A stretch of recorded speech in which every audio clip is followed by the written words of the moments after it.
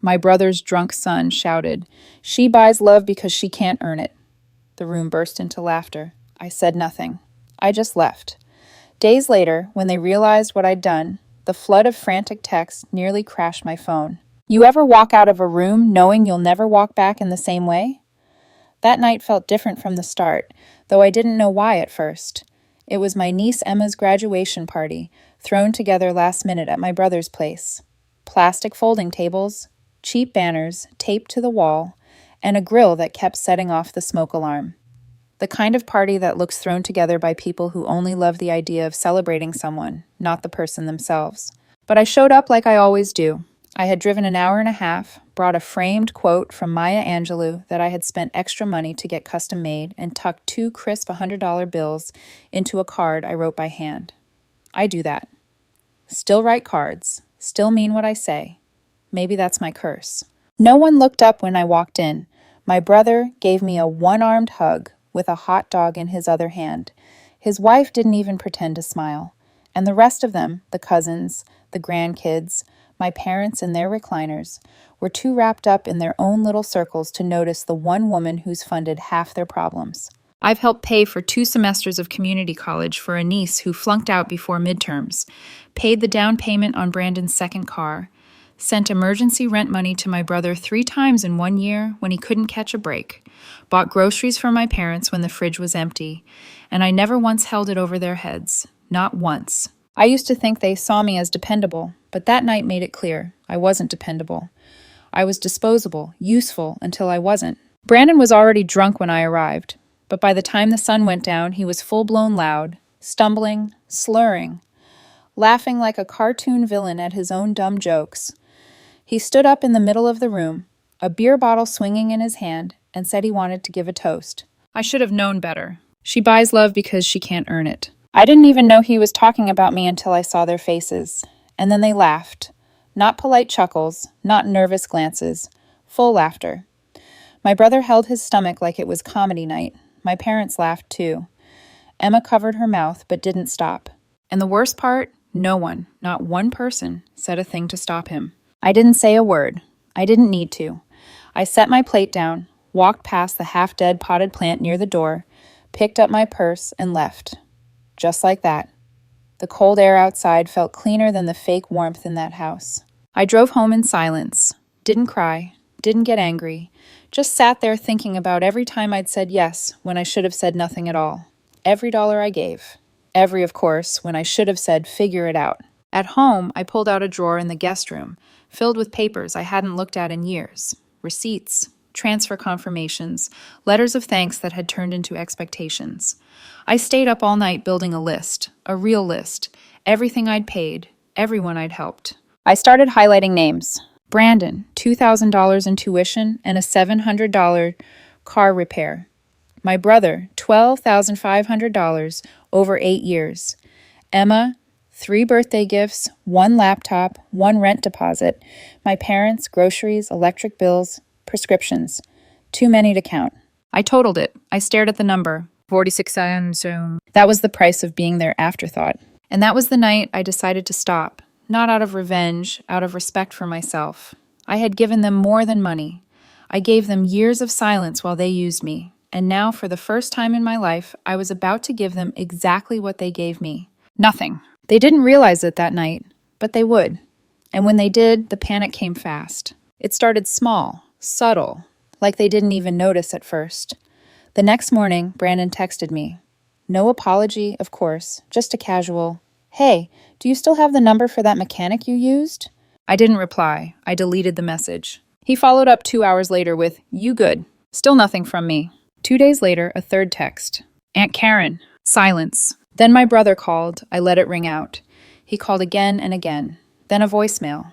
"Hey, not sure what's going on, but Brandon didn't mean anything. You know how he is. Let's not make this a big thing, okay?" I saved the message just in case. A week passed, and the birthday invitation for my youngest niece came in the mail. One of those last-minute Facebook-style cards printed at Walgreens. I used to send a check, a gift, and sometimes help pay for the party. This time I tossed the invite in the trash. They still hadn't said sorry. Not one of them. Not even Emma, who had taken the envelope I gave her with a smile like she deserved it. Then came the money request. My brother texted, "Hey, kind of tight this month. Think you can help with the phone bill? Just until Friday." He attached a screenshot of the overdue notice. I texted back one word, "No." 10 minutes later, he sent, "Wait, what?" followed by, "Are you okay?" That's when the tone started shifting. My silence wasn't passive anymore, it was loud. A few days after that, my sister-in-law messaged me on Facebook. "Hey, just wondering why you're acting like this. It's not like you to hold a grudge." Took everything in me not to laugh. They thought I was acting different. I was finally acting like them. Brandon posted something on Instagram. A selfie with the caption, "Real ones only," and a little snake emoji. Subtle, but I knew it was aimed at me. He still owed me $700. I'd reminded him 6 times in the past 2 years. Always got some excuse. Now he was wearing $200 sneakers and calling me a snake. That week, my dad called. That one almost got me to pick up, but I didn't. I let it go to voicemail. He didn't leave one. A few days later, I got a group text from my brother. "Can we talk? We all feel like something's wrong, and it's hurting the family. We miss you." I left it on read. The panic truly kicked in when the car insurance lapsed. I know because my niece called me crying. The same one who laughed at Brandon's little performance. She said they needed $300 by Friday, or they'd lose the car. She didn't say sorry. She just said please. I didn't reply. That night, I heard from a cousin I hadn't spoken to in years. One I'd loaned money to during her divorce. "Karen, are you okay? Everyone's saying you're going through something." I almost responded, but I didn't owe anyone an explanation. Let them sit in the silence. Let them feel the weight of the space I used to fill. And then, just when I thought it might start to cool down, my phone exploded.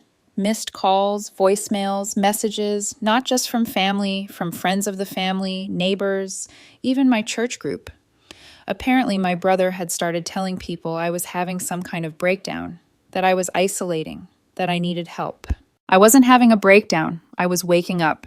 And they didn't know it yet, but I was just getting started. I didn't send the list out of anger. I sent it for clarity, a mirror. Let them see themselves.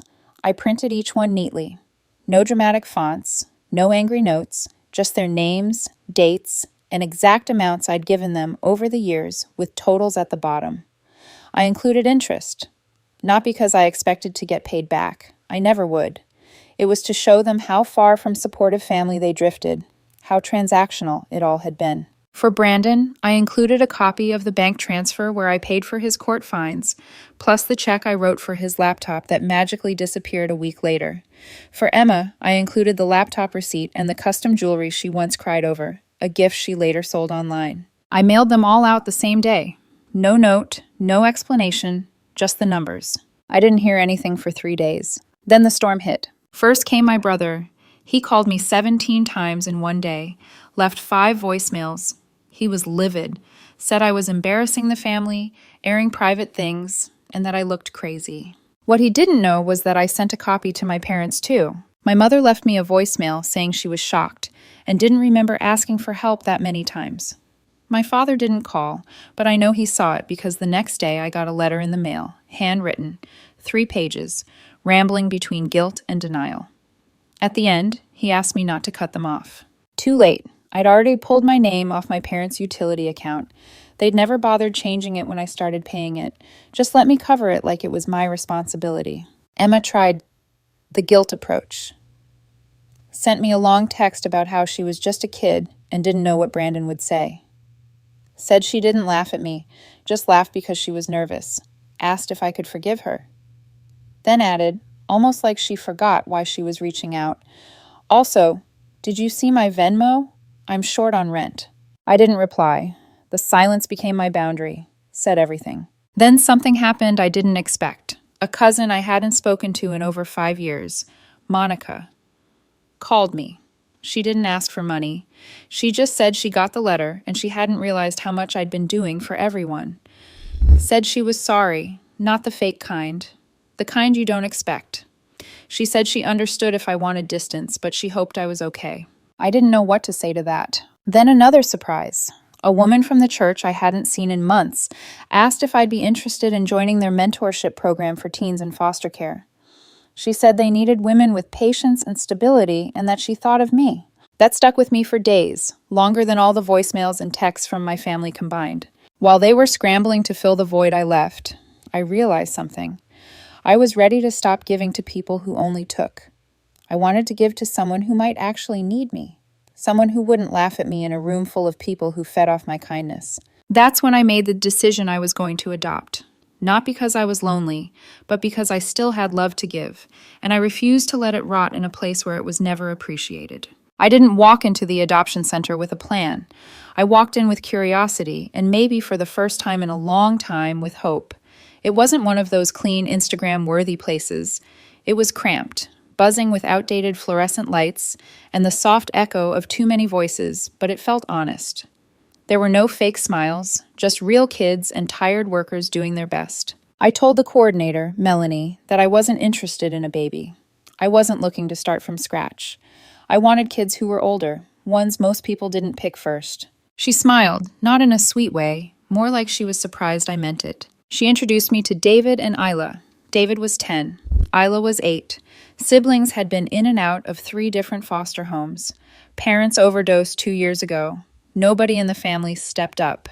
Their case file read like a crime novel, except it wasn't fiction. They were quiet at first, sat across from me at the table, glancing at each other. I asked them if they liked puzzles. They shrugged. I said, I hated puzzles. That got a tiny smile out of David. Isla asked if I liked dogs. I said, I didn't know, never had one. She said she hoped we could get one if I became their mom. I didn't expect to feel anything right away, but I did. Not some magical connection. It was subtler than that, like the feeling of walking into a room that's messy but full of light. We met a few more times, always at the center, always supervised. Then one afternoon, Melanie asked if I wanted to take them for a weekend visit. It was fast, almost too fast, but I said yes. That weekend changed everything. Saturday morning, David asked if he could explore the garage. I let him. I heard tools clinking around for hours. Meanwhile, Isla followed me into the kitchen and started helping peel potatoes, like she'd been doing it forever. Sunday morning, I found David in the living room with something in his hands. It was a photo, but my husband. It wasn't out in the open. It had been in a locked drawer in my desk. How do you get that? I asked. He shrugged, said he picked the lock with a bobby pin he found in the garage like it was normal. I didn't know whether to be impressed or disturbed. Then he said something that stopped me cold. He looks kind. I think he would have liked us. There was no agenda, no manipulation, just a boy who lost too much saying what he felt. That afternoon, I called Melanie and told her I wanted to start the paperwork. I wasn't naive. I knew this would be complicated. I wasn't rich. I wasn't young. But for the first time, I felt like I wasn't just filling someone else's hole. I was building something of my own. That night, while cleaning up, I found Isla's notebook on the couch. She'd been sketching, mostly stick figures, but on the last page, she'd drawn a house, 3 windows, a dog in the yard, and in the middle, 3 people holding hands. She labeled them David, me, her. No one had ever drawn me and their family before. Meanwhile, I was still ignoring the avalanche of calls and messages. My brother had started texting long, dramatic messages, said our parents weren't eating, that my silence was making them sick, said I was selfish. Selfish. That same day, I got a certified letter from a lawyer. My parents had decided to update their will. I wasn't in it anymore. That would have hurt once. It didn't now. I called Melanie back and told her to move faster. The adoption was finalized on a Tuesday. A quiet ceremony, just the 3 of us, and a judge who looked like he'd seen 1,000 cases just like ours. But to me, it wasn't small. It was the first real family photo I'd ever taken where I wasn't just visiting someone else's life. We went out for burgers. After David ordered 2, Isla asked the waitress if they had milkshakes with whipped cream like in the movies. They did. He got chocolate. I got vanilla. David said we should all try a sip of each other's, like a tradition. And just like that, I had a tradition.